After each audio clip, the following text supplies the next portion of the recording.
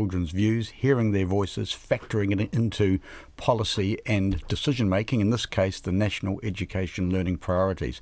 This isn't the be all and end all of research, but it's a useful insight into the lived experience of pupils, and I hope that there will be a much better and more comprehensive effort to hear from children when we formulate the NELPs. I think it's a real issue for New Zealand. How do we better consult with children? This points the way to that. The racism comments were the children's own words, unsolicited. We never even raised the issue. They brought it to us. It was one of 6 key insights. Bear in mind, however, they said the key thing for education is having a great teacher, supportive family, and good friends who are engaged in education. So there's room for huge improvement in our system. I think it starts with hearing from children. The days of adults know best, and they solely craft an education policy, I hope, are over. Just briefly, further on this, you're saying that this was something the children brought to you. It wasn't something that particularly was asked of them. Absolutely right. We asked about their experiences. What are key themes that they experience? What are key issues that they have undergone while at school? Their words. So for many children, racism is a key theme of them in the education system. Absolutely. And they used the word racism, not our word. Pretty shocking stuff. Let's just move on, though, to the child poverty targets that are being set out shortly, 3-yearly and 10-yearly. Your first sort of take on the child poverty legislation, what has your involvement been thus far? Absolutely welcome it. It's utterly consistent with the previous Children's Commissioner's expert working group. It was suggested. It's very close to the exact recommendations. The great thing about it, is it provides a framework for consistent and sustained progress. In the past, we've had one-offs here and there, but if we're going to really make a dent on child poverty, it's only been a 30-year issue. We could fix it a lot more quickly than that. If we're really going to make a dent, we need sustained, committed process. And yes, we've been one of those who've been consulted. Our recommendations were well known. I'm excited, and I think this is a watershed moment, historic moment. We could make a big difference for our children. Are you aware of which targets are likely to be included? No, I'm not. But I know there are 4 primary measures. They're non-negotiable, 6 supplementary or secondary measures. What's also lost in all of this is that the Vulnerable Children's Act has been renamed the Children's Act, and there's now an obligation for a whole of government children's strategy, one component of which will be child poverty, but another component is focusing on children with particular needs. So in a sense, all the concerns may be about better public service targets that have been helpful in their own way, they could be incorporated in that children's strategy. What I think is important is that there is a national whole of community response to child poverty, and I hope it doesn't get bogged down in political point scoring. Well, I guess that comes to the question of a cross-party consensus. Is that likely? Is it? Clearly it's hopeful from what you're saying. Do you want to see all parties round the table on this?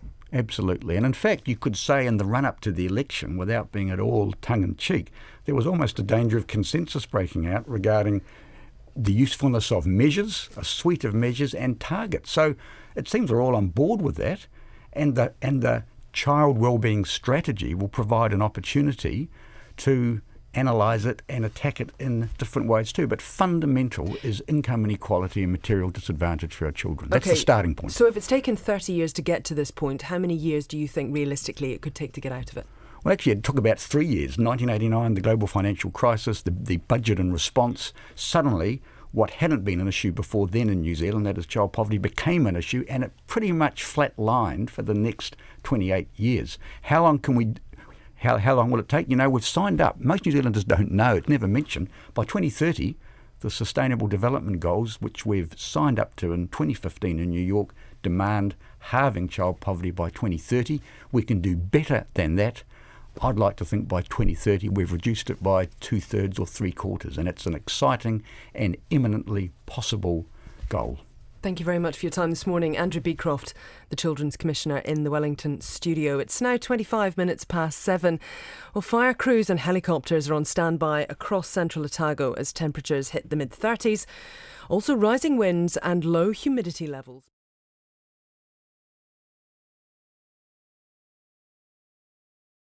Maybe around 4 a.m. Of course, with any approaching front like that, it does mean we get those winds, and we'll also get a significant wind shift, which is a bit of a red flag for any firefighting activities when the wind swings around on us. What do the public need to stop doing? Good question. I mean, essentially, if we can, if our contractors and tradespeople, farmers, etc., can look at postponing any of those, anything that will generate a spark. So it's mowing the lawn, it's harvesting, it's grinding, outdoor welding, chainsaws. Even if you're recreating and you want to head out on your four-wheeler this afternoon into the high country, don't do that. If you're back at home, don't fix the kid's bike with a grinder and don't mow the lawn. Thank you very much for your time this morning and for talking to Morning Report. Jamie Cowan there from Fire and Emergency. He's based in Clyde. It's 7:27. The late Helen Kelly's son, Dylan Kelly, says the government's medicinal cannabis bill that passed its first reading at Parliament last night is woefully inadequate and doesn't go far enough. He's thrown his support behind a Green bill which would allow wider use of medicinal marijuana, and that will come before Parliament today. And he joins me now in the Auckland studio. Kia ora, good morning, Dylan. Hi, Guyon. How you going? I'm well, thank you. What are your thoughts on what the government is trying to do in this space? Well, I understand the premise of what they're doing. I just think that it's far too narrow, and it's sort of more about addressing, being seen to address the need by the public. 78% of New Zealanders support medicinal cannabis use, rather than actually solving the wider problem of people in pain in general getting access to a really necessary form of pain relief that they can't at the moment. Yeah, and it's the access thing that it appears to fall over on, isn't it? Because it would still be illegal to buy it, illegal to grow your own cannabis, and illegal for the person to sell it to you. So it sort of falls at that level, doesn't it? Yeah, and I understand the reservations that the opponents to the bill have about that sort of thing. But these people that are going to be, in the terms of there being technically more cannabis in the world, but the people who are growing this stuff and supplying it are not doing it for profit. They're not Tony Montana.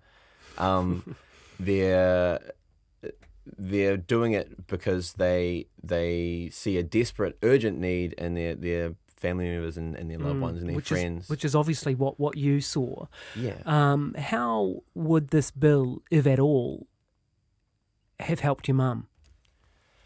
Well, I mean, Mum was in sort of a fortunate position of being well known enough to sort of openly flaunt the law, because she knew that if people turned up and arrested her, it wouldn't be a very good look. And there would have been cameras and microphones in tow. Exactly. It would have been embarrassing. But then there are thousands of other people out there who basically didn't have that protection and who to this day are getting in legal jeopardy or are putting themselves in serious legal jeopardy.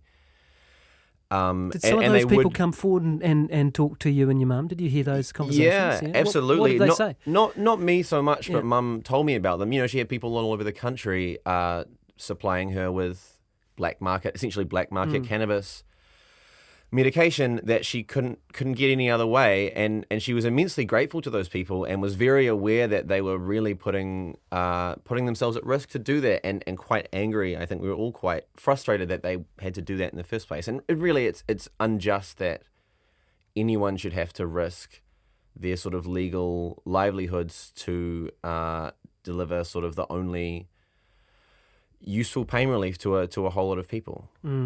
What was the medical establishment and the medical sector like when dealing with this? What was your experience with their attitudes? Well, all the doctors that Mum saw were extremely supportive of cannabis as pain relief. They were under they've all spent their entire lives prescribing opiates and various other much more sort of potent, dangerous forms of pain relief to patients, because that's always been legal. And they know how, well, Mum said that it made her feel sluggish. She really hated morphine, how awful it can be. And they don't have any of these sort of muddied water preconceptions about cannabis versus marijuana and slippery slopes and stuff that other people have. And they were actually, like we were, very frustrated at how difficult it was to for Mum to access this stuff. And she applied through her doctor to the Ministry of Health, I think, to access to stuff, and basically rescinded the application after a couple of months, I think, because it wasn't getting through. And she thought, well, I'm getting this stuff anyway, and there's no point waiting and then being turned down. And I think that's the experience for a lot of people out there. So what is your message to MPs who do take that line and say, oh, well, this is going to be a free-for-all and, sort of promote cannabis use? I guess that's their fear, isn't it? What is your message to them?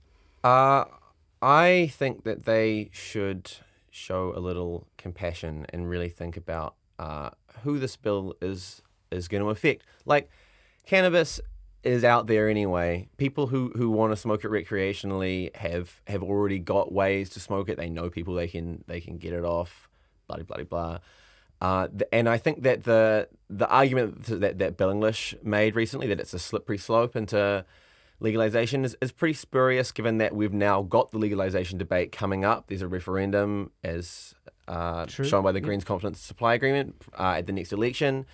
Which I think sort of quite elegantly sets that issue aside, and we're going to have a robust public debate about regulation and legalization of cannabis. No one's going to push for that with Chloe's bill or with any of this sort of medicinal stuff. It's a separate issue.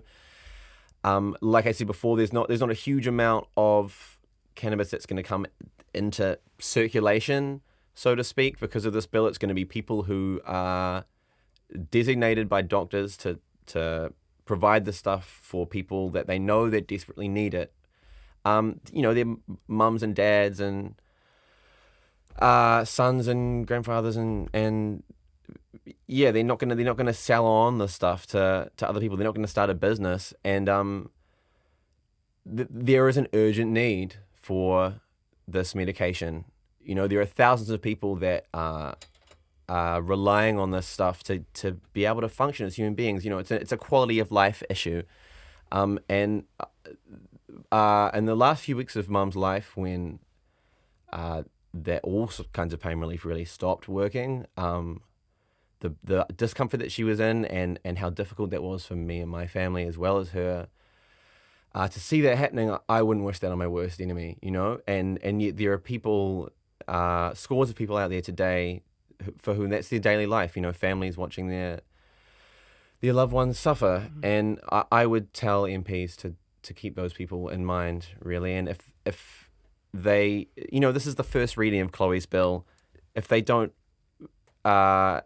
even give it a chance to be seen and to be worked on and to be passed by the government, then they're a bit of a heartless bastard, really. All right. Tell us what you really think. Thank you very much, Dylan. Really appreciate your time and for coming into the studio here in Auckland. That's Dylan Kelly, of course, the son of the late Helen Kelly. Thanks for having me, guys. Thank you. 26 minutes to 8. Coming up before 8 o'clock on Morning Report, many of the victims of the Kiribati ferry sinking are likely to have been high school children. Also, the National Party warns the waka jumping bill will see New Zealand